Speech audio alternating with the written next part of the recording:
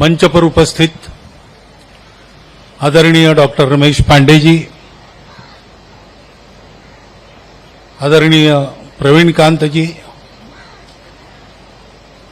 और नीचे मंडप में समुपस्थित सभी महानुभाव बंधु भगिनी, अक्षय तृतीया के दिन संस्कृत भारती के इस कार्यालय का उद्घाटन प्रणव इस नाम से हो रहा है। ये एक शुभ योग है, हम सबके आनंद का विषय है, उत्साह का भी विषय है। ऐसा कहते हैं कि अक्षय तृतीया के दिन जो कार्य प्रारंभ होते हैं वो अक्षय रहते हैं। तो आज के मुहूर्त का ये गुण है। और संस्कृत वाणी के बारे में भी ये कहा है कि यूरान्न विभूषयन्ति पुरुषम हारान चंद्रोज्वलाः न स्नानम न विलेपनम न कुसुमम न अलंकृता मूर्धनई वाण्यैका समलंकरोति पुरुषम या संस्कृता धार्यते क्षीयन्ते खलु भूषणानि सततम वाग्भूषणम भूषणम। तो मनुष्य का कभी भी क्षय न होने वाला भूषण संस्कृत वाणी है। और कार्यालय का नाम प्रणव है। तो हम जानते हैं कि सृष्टि का आरंभ जिस नाद से है उसी नाद में हम सब लोग जी रहे हैं। विज्ञान कहता है कि सृष्टि के आरंभ में नाद से सृष्टि उत्पन्न हो गई और नाद चल रहा है, उसकी लहरें चल रही है, उसका प्रसरण होगा, आकुंचन होगा, ब्रह्मा जी का एक दिन पूरा होगा, सृष्टि का एक कल्प पूरा होगा। तो ये जो कार्य है संस्कृत भारती का, उसका कार्यालय प्रणव नाम से अक्षय तृतीया के दिन उद्घाटित होना, ये अपने आप में हमको एक संदेश दे रहा है कि ये कार्य है वो एक सत्य संकल्प है। और सत्य संकल्प होने के नाते ये बढ़ते बढ़ते बढ़ते अपनी पूर्णता की ओर ही जाएगा, इसका कभी क्षय नहीं है। और इसलिए हमारे उत्साह को ये कार्यक्रम द्विगुणित करता है। इस उत्साह में थोड़ा विचार भी करना चाहिए। उत्साह ये अच्छी बात है, लेकिन धृति और उत्साह का समन्वय चाहिए। तो उत्साह में कितना करना, क्या करना, जो भी करना, उसके लिए विचारपूर्वक करना पड़ता है, धैर्य रखना पड़ता है। और इसलिए कार्यालय का आज लोकार्पण हुआ, तो उसके आनंद में, उसके उत्साह में हमारे मन में कार्य का विचार भी स्थिर होना चाहिए। कार्य हम लोग करते हैं तो अपनी रुचि है इसलिए करते हैं, लेकिन रुचि के अलावा जब मनुष्य उस कार्य के प्रयोजन को जानता है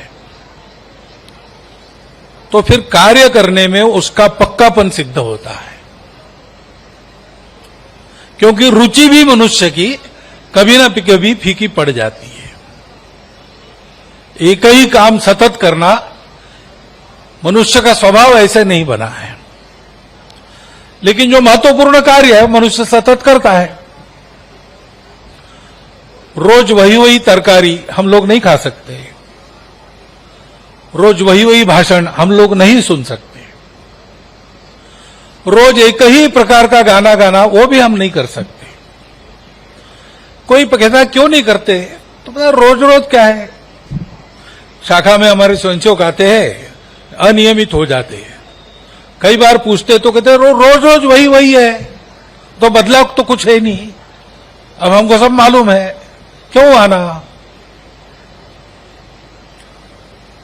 अब ये तर्क बड़ा हमको ठीक लगता है कि मनुष्य का स्वभाव नहीं है, परंतु कोई किसी मनुष्य को पूछे कि जन्म से अब तक एक काम कर रहे हो, बड़ा उबाऊ काम है, सांस खींचना और सांस छोड़ना, नित्य कर रहे हो, इतना नित्य हो गया कि सहज हो रहा है, तो छोड़ दो ना, कितने दिन करोगे। उसकी उबाट नहीं होती, क्योंकि सांस बंद होने से क्या होता है यह हर आदमी जानता है।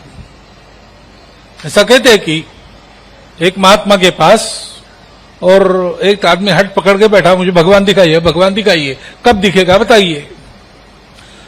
तो सामने गंगा थी, उसको गंगा में ले गए और मुंडी पकड़ के उसका सर पानी के अंदर दबा दिया और 2 मिनट ऐसे रखा, वो तड़पने लगा, हाथ पैर झाड़ने लगा, छोड़ा नहीं, 2 मिनट के बाद छोड़ा। फिर पूछा कि कैसे लगा, ऐसे लगा कि मर जाऊंगा। तो जब तुमको बिना भगवान के ऐसे लगेगा कि मर जाऊंगा, तब भगवान मिलेगा। सारांश है कि कार्य तो नित्य है, कार्य की अवस्थाएं बदलती रहती है। कभी साधनहीन अवस्था में कार्य शुरू होता है, कार्यकर्ताओं के उद्यम के कारण कार्य को साधन प्राप्त होते हैं, धन प्राप्त होता है, कीर्ति प्राप्त होती है। परंतु ये धन, कीर्ति, साधन ये कार्य के असली कारक नहीं है, सत्य कारक नहीं है। कार्य के प्रति कार्यकर्ता की निष्ठा बनती है। वो निष्ठा किस चीज पर बनती है कि वह जो कार्य है उसका प्रयोजन उसको ठीक से समझ में आता है और उस प्रयोजन को वो अपना प्रयोजन इस नाते स्वीकार करता है। संस्कृत के कार्य का भी ऐसा है। संस्कृत एक भाषा है, लेकिन केवल भाषा नहीं है।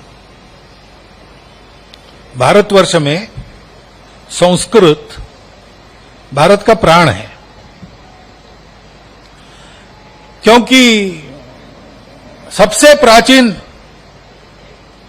आज भी अस्तित्व में रहने वाली जो परंपरा है विचारों की, जीवन की, संस्कृति की, वो भारत है।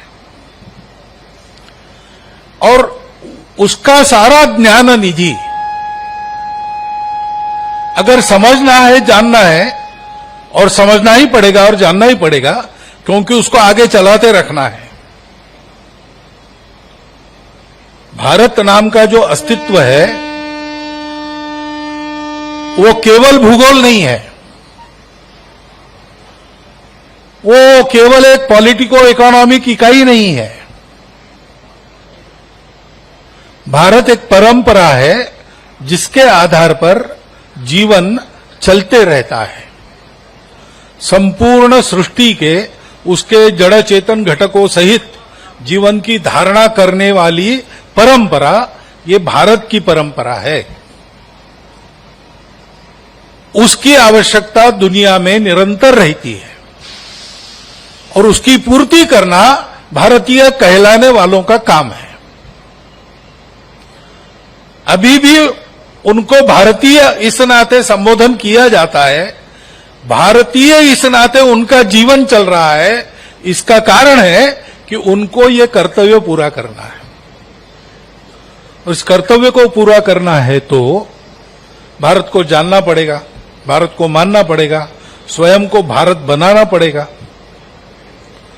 और ये सारा अगर होना है तो भारत को समझने के लिए संस्कृत को समझना अनिवार्य है। भारत में अनेक भाषाएं हैं, भारत की हर भाषा अपनी राष्ट्रीय भाषा है, लेकिन अलग अलग राष्ट्रीय भाषाओं को जोड़ने वाली कड़ी कौन सी है? वो संस्कृत है। संस्कृत जो जानता है उसको भारतवर्ष में कहीं भी रखो, वहां की भाषा सीखने में उसको देर नहीं लगेगी। ये उस भाषा का अपना गुण है। और भी संस्कृत के गुण है। संस्कृत जानने वालों को उच्चारण की सुविधा बहुत जल्दी बनती है। संस्कृत में व्यासंग रखने वालों को, अभ्यास रखने वालों, व्यासंग तो बड़ा शब्द हो गया, लेकिन संस्कृत में अभ्यास रखने वालों के बुद्धि का विकास एक विशिष्ट प्रकार से अधिक अच्छा होता है। ये सारे सिद्ध बातें हैं, वैज्ञानिक दृष्टि से भी सिद्ध हुई बातें हैं। और इस परंपरा में जो ज्ञान है वो धर्म का ज्ञान होने के कारण समस्त सृष्टि के जीवन की धारणा करना, उसका बिगड़ा हुआ संतुलन वापस लाना, इसकी क्षमता उसमें है। ये सारा प्राप्त होना है तो संस्कृत की अनिवार्यता है। लेकिन अनिवार्यता ये मनुष्य में उत्पन्न नहीं की जा सकती। उसको अंदर से लगना चाहिए। लगना चाहिए तो संस्कृत का परिचय वैसा होना चाहिए। संस्कृत का इस प्रकार का परिचय करा देने का काम संस्कृत भारती अपने जन्म से कर रही है। तो भाषा को सिखाना ये कार्यक्रम है, भाव को मन में उतारना ये प्रयोजन है। भाषा ऐसी है कि इसको मन में उतारने से भारत मन में उतरता है। इस भाषा को जानने से आप बड़े बड़े तत्वज्ञान के ग्रंथ जान सकते हैं, लेकिन वो बड़े बड़े तत्वज्ञान के ग्रंथों को केवल नित्य पढ़ने से या कंठस्थ करने से आप इस भाषा को जान सकते हैं। भगवत गीता है, अब संस्कृत भारती का तो प्रकल्प चलता ही है, गीता सीखने में से संस्कृत सीखना। ये सारे संस्कृत वाङ्मय में ऐसा है ना, राम रक्षा स्तोत्र हम सब लोग कहते हैं, तो प्रथम पुरुषी पुल्लिंगी एक वचन का सभी विभक्तियों में कैसा शब्द चलेगा? रामो राजमणि सदा विजयते रामम रमेशम भजे रामेणा भिहता अभिहता निशाचर चमूम रामाय तस्मै नमः रामात् नास्ति परायणम परतरम रामस्य दासोऽस्म्यहम् रामे चित्तलय सदा भवतु मे भो राम मामुद्धर। सारी विभक्तियां राम शब्द की उसमें आ गई। तो इस प्रकार की सुविधा जिस भाषा में है कि इस भाषा से आप समस्त ज्ञान निधि जान सकते। ज्ञान निधि के एक अंगों को पकड़कर आप केवल उसका ऊपर ऊपर अनुशीलन भी शब्दों का करते रहे तो आप भाषा को जान सकते हैं। कई प्रकार से मैं क्यों कह रहा हूं, अभी मैं देखता हूं संस्कृत विषय है, संस्कृत के पाठ्यक्रम है, संस्कृत सिखाया भी जाता है बहुत जगह, लेकिन मेरे बचपन में बाल्यकाल में मुझे जो कठिनाई आई थी वो अभी भी आती है। मैं विद्यालय में था 5वीं 6वीं की क्लास में, तब पारडी के केंद्र के द्वारा संस्कृत की परीक्षाएं सर्वत्र प्रचलित। हमारे विद्यालय में भी हमको बताया गया, उत्साह दिया गया, तो हमने वो लिया। तो शुरू हुआ व्याकरण से, और पहली किताब वो मिली, उसमें वो सारथा सूत्र रामो हरि करि भूभृत, तो वो श्लोक याद करने में ही हमारा चला गया, हम परीक्षा दे नहीं सके। फिर हमको लगा संस्कृत बड़ी कठिन है, मुझे स्वयं को लगा, लेकिन हमारे घर में पाठांतर चलता था। उस समय सारे घरों में कुछ न कुछ पाठांतर चलता था, तो उसमें कभी ऐसा लगा नहीं कि ये कठिन। ये राम रक्षा मैंने उस समय याद की, तो राम रक्षा बड़ी कठिन है ऐसा लगा नहीं, लेकिन उसके ज्ञान कांड में पहले चले गए तो गड़बड़ हो गई। परसों 1-2 दिन पहले ही और एक छात्र से मिलना हुआ, उसके माता पिता ने उसको संस्कृत विषय दिया था, ये लो ये सीखो। तो उसने बोलते बोलते मुझे कहा कि संस्कृत कठिन है। मैंने कहा क्यों कठिन है? तो बोले समझ में नहीं आता हमारी पुस्तक में। तुम पुस्तक काय को पढ़ते हो? तुम संभाषण शिविर कर लो 10 दिन का, वो कठिनाई निकल जाएगी। वास्तव में भाषा सीखने का सबसे सरल और सबसे अच्छा उपाय कौन सा है? वो संभाषण है। आप बोलो। कई बार मेरा अनुभव, प्रवास करता हूं तो रह जाता हूं, तो भारत की सभी भाषाओं को मैं भाव से समझ सकता हूं। शब्द नहीं जानता, अंग्रेजी में इसको वोकैबुलरी कहते हैं, हर भाषा की मेरे पास नहीं। व्याकरण नहीं जानता, लेकिन भाव जानता हूं, और सुनते रहने से याद हो जाता है। तो अपना भोजन पानी का काम ठीक से चले, इतना तो हर भाषा में बोल लेता हूं। कारण क्या है? मैंने कोई पुस्तक नहीं पढ़ी उस भाषा की, लेकिन बोलने वालों में रहा और बने तक वही भाषा सुनता रहा, बने तक उसी में बोलने का प्रयास किया। भाषा सीखने का सबसे सही उपाय वो है। और इसलिए संस्कृत संभाषण से ये जो संस्कृत भारती का काम शुरू हुआ, उसने इतने अल्पावधि में संस्कृत के बारे में रुचि जागृत की है देश में। ये तो मैं कह सकता हूं, क्योंकि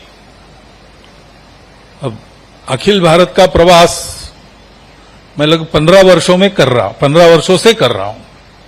तो 15 वर्ष पहले संस्कृत के बारे में समाज में जो दिखता था, उससे आज बहुत सुधार है। और उसका एक कारण परिस्थिति है। परिस्थिति लोगों को अंतर्मुख कर रही है, संस्कृत की ओर मोड़ रही है।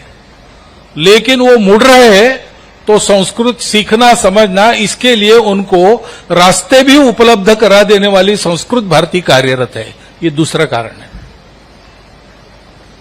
तो अपना कार्यालय आज बन गया, कार्यकर्ताओं ने अब तक काम किया, उस परिश्रम में से ये कार्यालय खड़ा हो गया। ये आनंद का विषय है, उत्साह का विषय है। लेकिन हमको ये समझना चाहिए कि कार्यालय वगैरह वगैरह ये सारी बातें ये कार्य के कारण नहीं होते। कार्यालय वगैरह वगैरह सारी बातों का कारण कार्य होता है। और कार्यालय वगैरह की निर्मित भी कार्य बढ़े इसलिए होती है, क्योंकि एक आनंद उत्साह जब आता है तब एक समाधान भी मन में आता है, और कार्य को पूर्ण अवस्था तक ले जाने में बाधा यह समाधान बनता है। इसलिए सबको ये विचार करना चाहिए कि अभी कार्यालय अपना बन गया, बहुत आनंद की बात है। एक तरह से हमको एक संकेत मिल गया कि हम ठीक बढ़ रहे हैं। क्योंकि हम ठीक बढ़ रहे हैं इसलिए हमको सहायता मिल रही, हमारे साधन खड़े हो रहे। परंतु ऐसे ही बढ़ना है तो तरह तरह के उपक्रम भी हमारे चल रहे हैं। संस्कृत भारती ने बहुत सारी बातें शुरू की है और सब आवश्यक है। परंतु मुझे लगता है कि सारा बढ़ाते समय नित्य निरंतर संभाषण शिविरों की संख्या, उसमें आने वाले लोगों की संख्या, सब आयु वर्ग के लोग, ये सब बढ़ता रहे, इसकी चिंता हमको करनी चाहिए। क्योंकि संस्कृत भाषा को उसका भारतीय समाज में जो स्थान था वो फिर से अगर प्राप्त होना है तो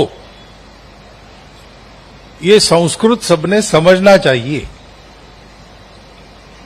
बहुत सारी बातें हैं संस्कृत में ऐसी कि बहुत ही आनंददायक है, वो मन को भी रंजन करती है, ज्ञान को भी बढ़ाती है।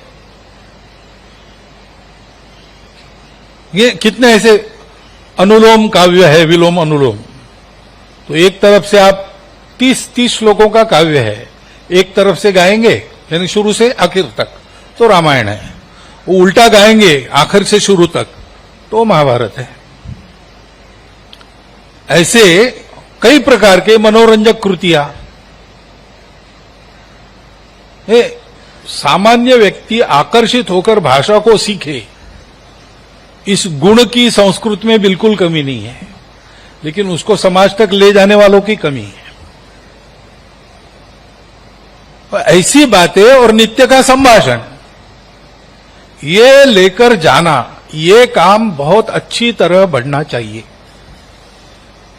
उससे सारी बात बनेगी। उसके साथ साथ बाकी भी हमारे जो प्रकल्प चल रहे हैं, वो भाषा बोलने में आ गई तो समाज की हो गई, ऐसे हो जाएगा। लेकिन उस भाषा को विश्व में स्थापित करना है तो बहुत सारी बातें और करनी पड़ेगी।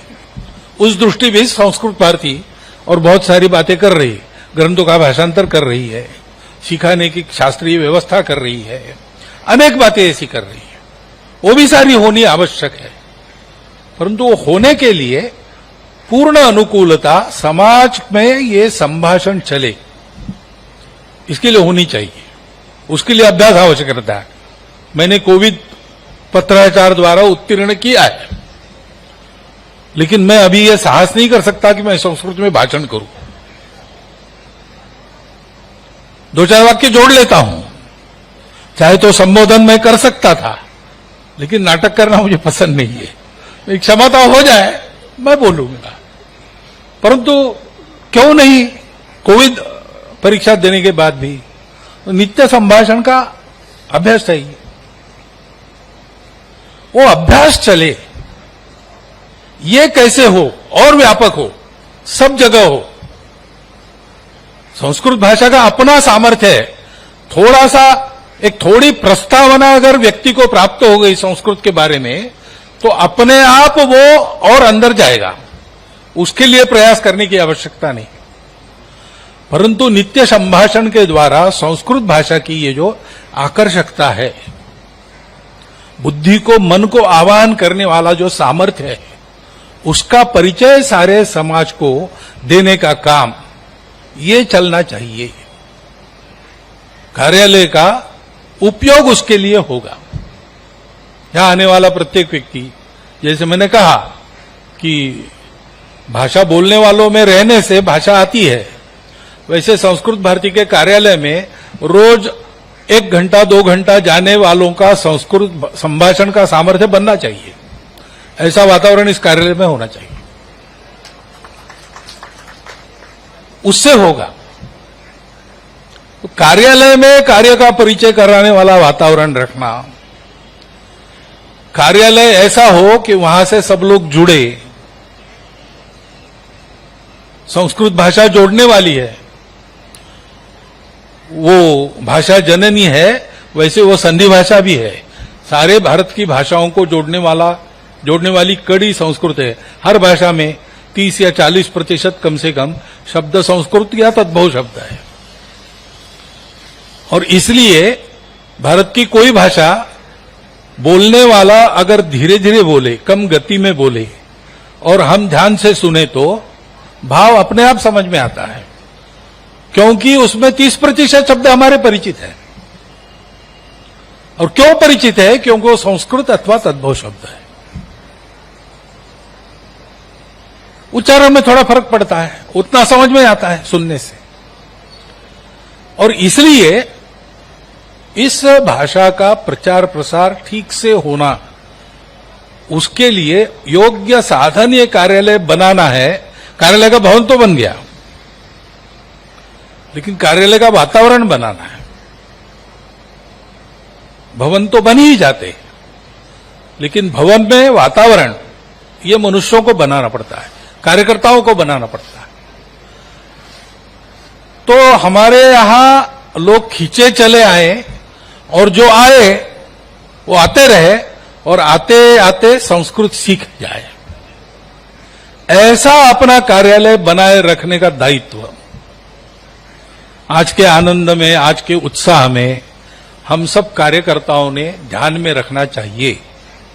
यहां बैठने वाले लोगों के निजी व्यवहार से लेकर तो यहां नित्य संस्कृत की बातचीत चलने तक, यहां से संस्कृत भारती के सारे कार्यक्रमों का सुव्यवस्थित और उत्कृष्ट संचालन होने तक सारी बातों की चिंता करने का दायित्व ये साधन बनने से हमने अपने सर पर ले लिया है। ये ध्यान में रखना पड़ेगा और इस कार्यालय का व्यवहार करना पड़ेगा। कार्यकर्ताओं ने परिश्रम किया और शून्य से शुरू करके यहां तक कार्य को लाया, इसलिए उनका आज का उत्साह, उनका आज का आनंद ये बिल्कुल ठीक है, उसके वो अधिकारी है और अभिनंदन के पात्र है। परंतु अभिनंदन और उत्साह और आनंद के घड़ी में भूल नहीं जाना, याद रखना कि एक कार्यालय अपना बन गया तो अपना कार्य और ऐसा बनना चाहिए कि ऐसे कार्यालय जिसमें से कार्य चलता है वो सब जगह खड़े हो,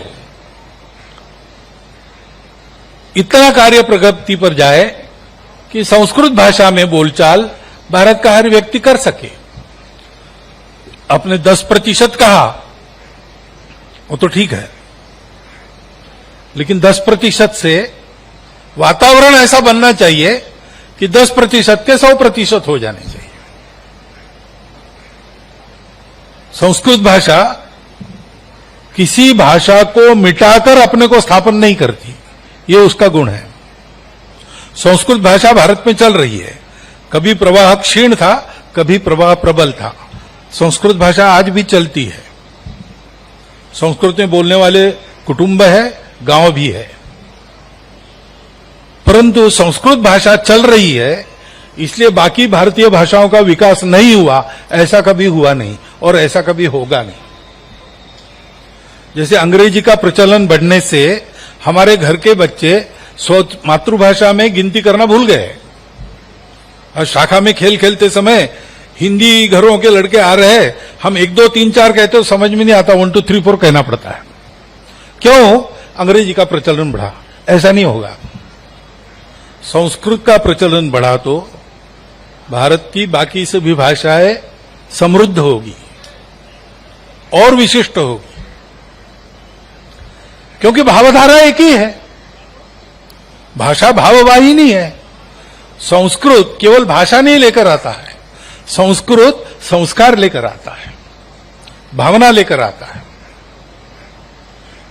उसी भावना से सारी भारत की भाषाएं चलती है और इसलिए संस्कृत की भावधारा प्रबल होना सारे भारत के भाषाओं की भावधारा को प्रबल करने वाला कार्य है। अपना ये शुद्ध सात्विक कार्य है, सबको जोड़ने वाला कार्य है। सृष्टि की धारणा करने वाला धर्म मन में जागृत करने वाला काम है। उस धर्म का आचरण करने के लिए आवश्यक संस्कार संस्कृति देने वाला कार्य है। इस प्रयोजन को ठीक समझना है और इस प्रयोजन के अनुसार अपने जीवन को कार्य के अनुकूल बनाते हुए हमको कार्य करना है। तब इस कार्यालय के आज के सुमुहूर्त पर लोकार्पित होना ये अपना फल सिद्ध करेगा। जो अक्षय जीवन प्राप्त होना है वो अक्षय जीवन संस्कृत भारती के कार्य को भी प्राप्त होगा। वैसा वो प्राप्त हो, आप सबके कर्तृत्व से इस कार्यालय से चारों दिशाओं में संस्कृत भारती के कार्य का, संस्कृत के संभाषण का उत्तम प्रचार हो, ये शुभकामना आपके अवसर पर आपको देता हूं। और शांतिपूर्वक मेरी लंबी बात आपने सुन ली, इसलिए आपका धन्यवाद करता हुआ मेरे शब्दों को विराम देता हूं।